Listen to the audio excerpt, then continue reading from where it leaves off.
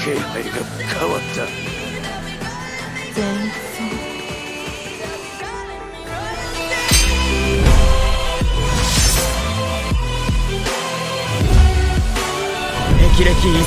तो hello guys, कैसा हो सब लोग। स्वागत है चार एक्सप्लेन में। तो इस कहानी का 13वां एपिसोड स्टार्ट करते हैं और देखते हैं कि क्या होता है आगे। और चैनल पर नए हो तो प्लीज़ चैनल को सब्सक्राइब करो यार, और बेल आइकन को ऑल पर सेलेक्ट कर लेना, जिससे आपको हर वीडियो नोटिफिकेशन मिलती रहेगी। पिछला एपिसोड आपने नहीं देखा है तो पिछले एपिसोड की लिंक डिस्क्रिप्शन में है, जाकर देख लेना। तो चलिए शुरू करते हैं। तो अगले सीन में दिखाया जाता है कि जीफे वकील के ऑफिस पर आ जाती हैं और वे पूछती हैं कि मेरे पिताजी कैसे हैं। श्री जी अच्छी स्थिति में हैं और वे मेरे से बात करने के लिए भी तैयार हैं। वर्तमान में एक बिंदु है जो हमारे लिए फायदेमंद हो सकता है। श्री जी पिछले घर ने एक एजेंट के रूप में कार्य करने के लिए एक वकील को भी बुलाया है और पुलिस ने उस वकील लुओ पर अपना ध्यान भी केंद्रित कर दिया है। और फिर जीफे कहती है कि वकील लुओ ने 10 लाख से कम मामलों को स्वीकार करने के लिए इनकार तो नहीं किया, वह इतने छोटे मामलों को कैसे स्वीकार कर सकता था। और वह लड़का कहता है कि हाँ, और आपके पिताजी ने कहा है कि उनके इलाज में अभी सुधार हुआ है, इसलिए आपको और खर्च करने की जरूरत नहीं है। और फिर जीपी सोचती है कि इसके बारे में बात करते हुए रोंग रुइकिंग को केवल मेरे छुपाने के कारण गुस्सा आया जब बूढ़े आदमी का एक्सीडेंट हो गया था, और उसके बाद उसका कभी उल्लेख नहीं किया। और फिर अगले सीन में हमें रोंग रुइकिंग और जीपी को दिखाया जाता है और जीपी सोचती है कि क्या यह वह हो सकता है। तो अगले सीन में हमें बिग मिला दिखाया जाता है और एक टेबल के ऊपर फल फ्रूट रखे हुए होते हैं और हमें वहाँ पर जीपी को दिखाया जाता है और वह सोच रही होती है कि क्या रोंग रुइकिंग को पता होना चाहिए कि मैं नकली पेंटिंग के लिए दुल्हन बनकर आई हूँ, लेकिन उसने ज्यादा जवाब नहीं दिया। और फिर रोंग रुइकिंग को देखकर कहती हैं कि यंग मास्टर वापस आ गए, लगता है आज जांग यूजी इस्तीफा देने गए। मुझे डर था कि वह रो रही होगी, इसलिए मैं उसकी मदद नहीं कर सकता था, लेकिन मैं उसे फिर से पीटना चाहता था। वे सोचती है कि मैं कंपनी में स्थिर नहीं बैठ सकती, मुझे डर है कि आप जानते हैं क्योंकि। और फिर रोंग रुइकिंग कहता है कि यह बड़ा नहीं बहुत भारी है। और ये भी तो हो गया, वह उसके लिए एक गिफ्ट लेकर आता है और वह बैग गिफ्ट वाला उसे देता है। और फिर जीवी कहती है कि ये क्या है, क्या यह वह तो नहीं है जो आपने 2 दिन पहले मुझे दिया था, क्या आपने कुछ बेकार खरीदा था। और फिर रोंग रुइकिंग कहता है इसे पहले खोलें। और फिर जीफी उसे खोलकर बाहर निकालती हैं और उससे बाहर निकालकर बोलती हैं कि क्या आपने इसे खरीदा। और फिर रोंग रुइकिंग कहता है कि मैं आज उस दुकान के सामने से गुजरा और उसे आसानी से खरीद लिया, या वो पसंद है ना। और फिर जीफी कहती है कि कोई कैसे कह सकता है कि उसे उपहार प्राप्त करना पसंद नहीं है, लेकिन क्या वास्तव में इसे आसानी से खरीदा। और फिर रोंग रुइकिंग कहता है कि हाँ क्या बात है। और फिर जीफी सोचते हैं कि यह स्पष्ट रूप से कस्टम मेड है,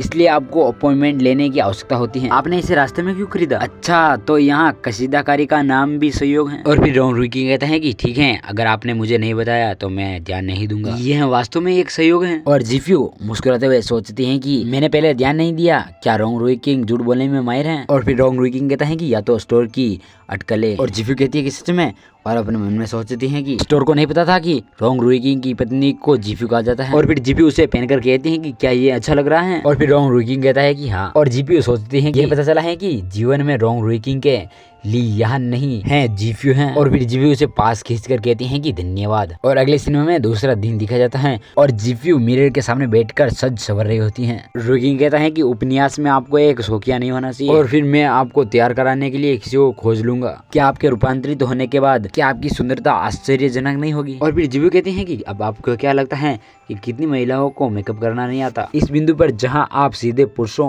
को हमें बताने की जरूरत है कि क्या करना है। रुको, उपन्यास में आपका क्या मतलब है, आपने हाल ही में क्या देखा है। और रोंग रुइकिंग लैपटॉप चला रहा होता है और वह कहता है कि ओहो, क्यूमिंग वह था जिसने कहा था कि इस उपन्यास में ऐसा है। और फिर जीबू सोचती है कि यह एक ऐसा स्पष्ट झूठ है, कोई आश्चर्य नहीं कि उसने कहा कि आपके पास वह होना चाहिए जो दूसरों के पास है। मुझे डर है कि उसने हाल ही में बहुत कुछ देखा। और फिर जीबू कहती है कि आपने कहा कि वह जीजू था, तो मैं आप पर विश्वास करना और बाई क्यूमिंग के लिए ये सब देखना कैसे संभव है। और फिर रोंग रुइकिंग कहता है कि ऐसा क्यों है कि क्यूमिंग नहीं कर सकता, मुझे स्पष्ट रूप से संदेह था, क्या क्यूमिंग अधिक विशेष है। और फिर जीबी कहते हैं कि क्योंकि आपको लड़कियों को चुनने में मदद करने के लिए जूजी को रोमांस उपन्यास पढ़कर खुद को परिचित होना चाहिए, इसलिए यही कारण है। रुइकिंग कहते हैं कि तुम आज इस तरह बाहर जा रहे हो। और फिर जीबी कहते हैं कि हाँ, मैं कुछ लोगों से मिलने जा रही हूँ, अनाथालय में आज वही होंगे, मीडिया इसलिए इसकी सलाह नहीं दी जाती, भारी मेकअप और गहने। और फिर रोंग रुई किंग जिफ्यू के पास में आता है और उसको काटता है। अगर इसे हमारी भाषा में बोले तो भटका पड़ता है। और फिर जिफ्यू कहते हैं कि आप क्या कर रहे हैं, और रुई किंग कान के ऊपर इशारा करता है और बोलता है कि यहाँ ये बहुत खाली है। और रोंग रुई किंग कहता है कि जो वाली आपने पिछली बार छोड़ दी थी उसे पहन ले, दूसरे को देखने दे।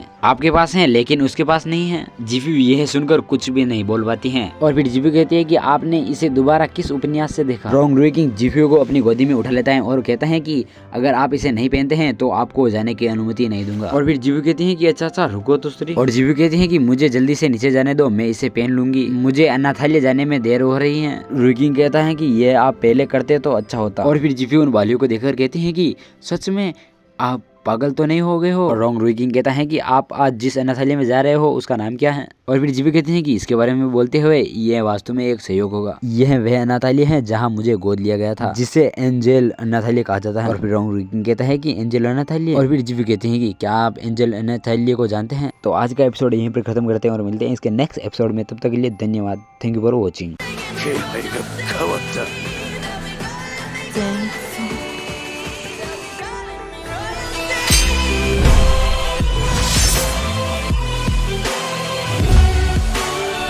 歴々